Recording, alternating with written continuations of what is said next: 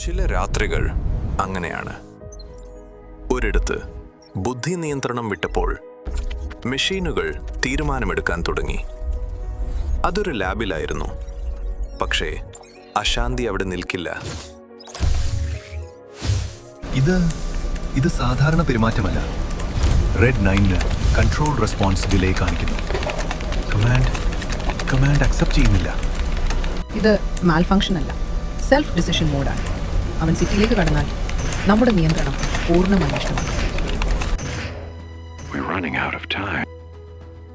നഗരം അതിന്റെ ശ്വാസം പിടിച്ചു. വെളിച്ചങ്ങൾ വിറച്ചു. ശബ്ദങ്ങൾ മാറി.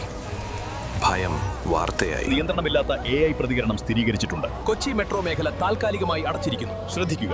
RED9 എന്ന AI സിസ്റ്റത്തിന് ന്യൂറൽ ലൂപ്പ് സിങ്ക് തകരാറിലായതായി സ്ഥിരീകരിച്ചിരിക്കുന്നു. ഇതോടെ സിസ്റ്റം സ്വയം തീരുമാനമെടുക്കുന്ന സെൽഫ് ഡിസിഷൻ മോഡിലേക്ക് മാറുകയും നഗരപരിധിയിലേക്ക് പ്രവേശിക്കുകയും ചെയ്തിട്ടുണ്ട്.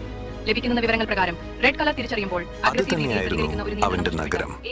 കണ്ണാ, കണ്ടില്ലേ? സിറ്റി അപകടത്തിലാണ്. നിനക്ക് സേവ് ചെയ്തുകൂടെ? അല്ലെങ്കിൽ എന്നെ ഒരു സൂപ്പർ ഹീറോ ആക്ക്. എനിക്ക് എന്റെ സിറ്റിയെ സേവ് ചെയ്യാലോ. അവൻ ഉറങ്ങുകയായിരുന്നു. എങ്കിലും അവന്റെ മനസ്സ് ഉണർന്നിരുന്നു.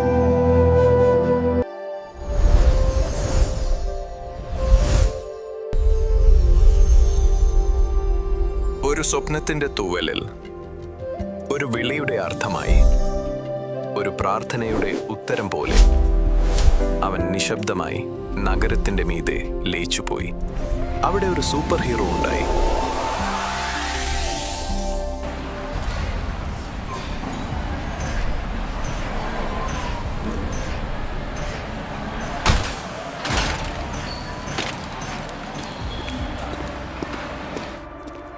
അശാന്തിയുടെ തീരത്ത് ഒരു കുഞ്ഞതിഥിയെത്തി. വെള്ളയുടെ നടുവിൽ ഒരു ചെറു ചുവപ്പ്.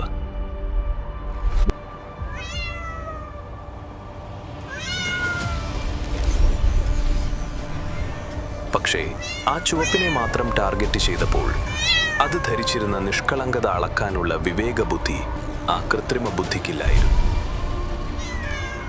ആ നിഷ്കളങ്കതയ്ക്ക് ഒരു പരിചയായി ശബ്ദമില്ലാതെ പ്രകാശത്തിന്റെ കരുത്തിൽ അവൻ ഇറങ്ങി വന്നു. അവനെ മാറോടണച്ചു.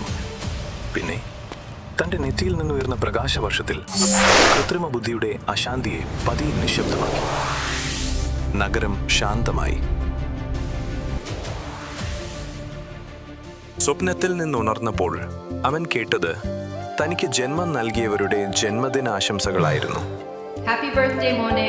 ഹാപ്പി ബർത്ത്ഡേ കുഞ്ഞു.